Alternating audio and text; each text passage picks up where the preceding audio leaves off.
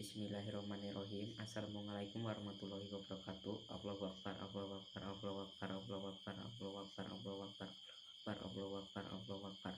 Walillahil hamdu. Alhamdulillahi nahmaduhu wa nasta'inuhu wa naghfiruhu wa na'udzubillahi min syururi anfusina wa min sayyiati amalina. Man yahdihillahu fala mudhillalahu wa man yudlil fala hadiyalahu. Asyhadu an la ilaha illallahu wahdahu la syarikalahu wa asyhadu anna muhammadan abduhu wa rasuluhu.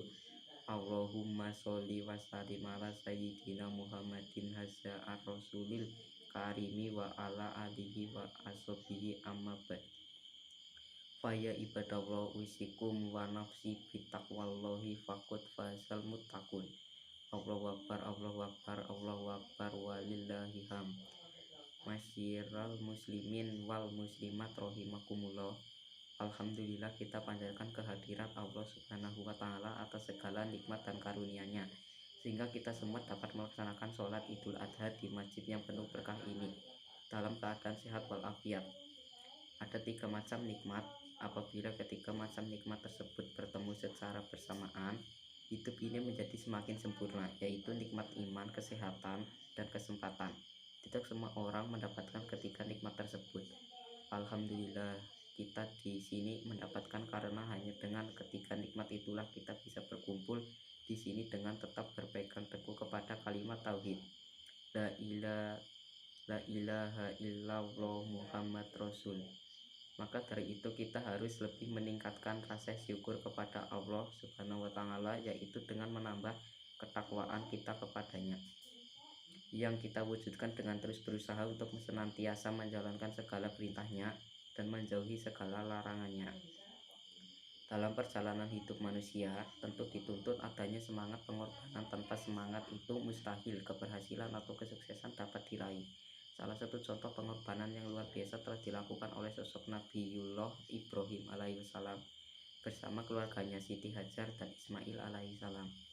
Kisah Nabi Ibrahim alaihissalam syarat akan pesan-pesan moral. Nabi Ibrahim alaihissalam adalah simbol bagi manusia yang rela mengorbankan apa saja untuk memperoleh ridho Allah. Pengorbanan yang tulus dari sosok Khalilullah Nabi Ibrahim alaihissalam bersama keluarganya ini dijadikan oleh Allah Subhanahu wa Ta'ala sebagai patron untuk menjadi tauladan bagi seluruh umat manusia sepanjang zaman. Hal ini diakui dan dinyatakan sendiri oleh Allah Subhanahu wa Ta'ala dalam sebuah firman-Nya. Artinya, sungguh adalah bagi kamu menjadi contoh teladan yang baik tentang kehidupan Ibrahim dan orang-orang yang bersamanya. Quran Surat Al-Mumtahanah ayat 4. Semangat berkurban yang tulus yang dicontohkan oleh Nabi Ibrahim alaihissalam, yaitu ketika ia diperintahkan untuk mengorbankan atau menyembelih putranya yang tercinta Ismail. Padahal Ismail itu dianugerahkan oleh Allah kepada Nabi Ibrahim alaihissalam ketika ia telah mencapai usia lanjut. Dalam suatu riwayat usianya 80 tahun dan telah lama sekali mendambakan keturunan. Namun demi memperoleh ridho Allah dan mendapatkan kebahagiaan yang hakiki, seorang ayah dan anak itu tunduk dan patuh seperti yang direkam dalam Al-Quran Surat Al-Sofat ayat 37, 100-111. Artinya, Ibrahim berdoa, "Ya Tuhanku, anugerahkanlah kepada seorang anak yang termasuk orang-orang yang soleh."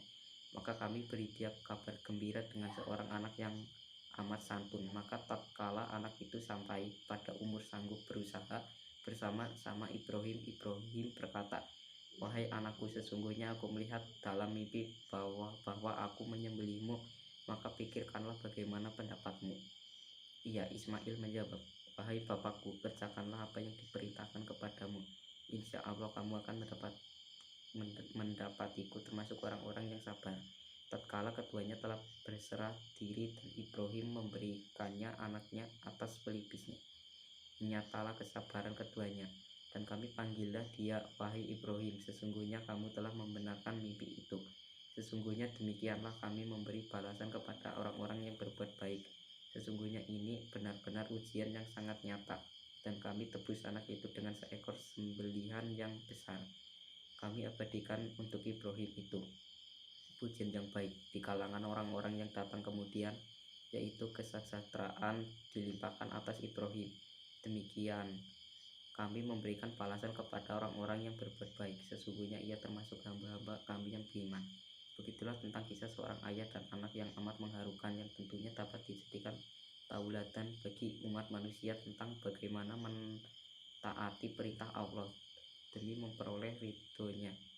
Memang biasanya manusia akan diuji dengan apa yang paling ia cintai dalam hidupnya. Jika bukan karena iman yang tangguh yang dimiliki oleh Ibrahim dan Ismail, maka tentu sangat sulit nurani Ibrahim sebagai seorang ayah mengorbankan putra tercintanya. Begitupun Ismail tidak bersedia mempertaruhkan nyawanya. Namun karena ini adalah perintah Allah dan mereka ingin mendapatkan ridhonya, maka perintah tersebut dilaksanakannya. Allahu Akbar, Allahu Akbar, Allahu Akbar, walillahil hamd. Masyiral muslimin wal muslimat rahimakumullah.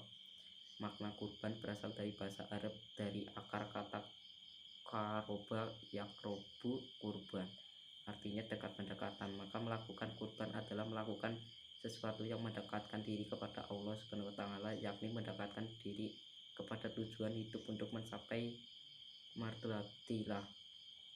Ali Syariati mengatakan dalam bukunya Al-Hajj bahwa Ismail adalah sekedar simbol dari segala yang dimiliki dan dicintai manusia dalam hidup ini. Ismailnya Nabi Ibrahim adalah putranya sendiri, dan setiap orang memiliki Ismail yang identik dengan harta, jabatan, dan materi yang berlimpah. Kecintaan kepada Ismail itulah yang kerap membuat iman seorang goyah atau lemah untuk mendengar dan melaksanakan perintah Allah. Kecintaan kepada Ismail yang berlebihan juga akan membuat seseorang menjadi egois, mementingkan diri sendiri, dan serakah, tidak mengenal batas kemanusiaan. Pelajaran yang sangat berharga adalah dengan melihat keteladanan pengorbanan yang telah ditunjukkan oleh Nabi Ibrahim alaihissalam. Apapun Ismail kita, apapun yang kita cintai, jangan sampai membuat kita lupa akan tujuan hidup yang hakiki, yaitu memperoleh ridho Allah, karena dalam ridhonya lah kita akan memperoleh kebahagiaan sejati, kebahagiaan yang kekal dan abadi, seperti yang dikatakan kaum sufi, ya lillahi antamas masyudi warid loka matlubi, ya Tuhanku, engkaulah tujuanku dan ridhomu. Sekian yang dapat saya sampaikan tentang khutbah Idul Adha. Apabila ada kesalahan saya mohon maaf. Wassalamualaikum warahmatullahi wabarakatuh.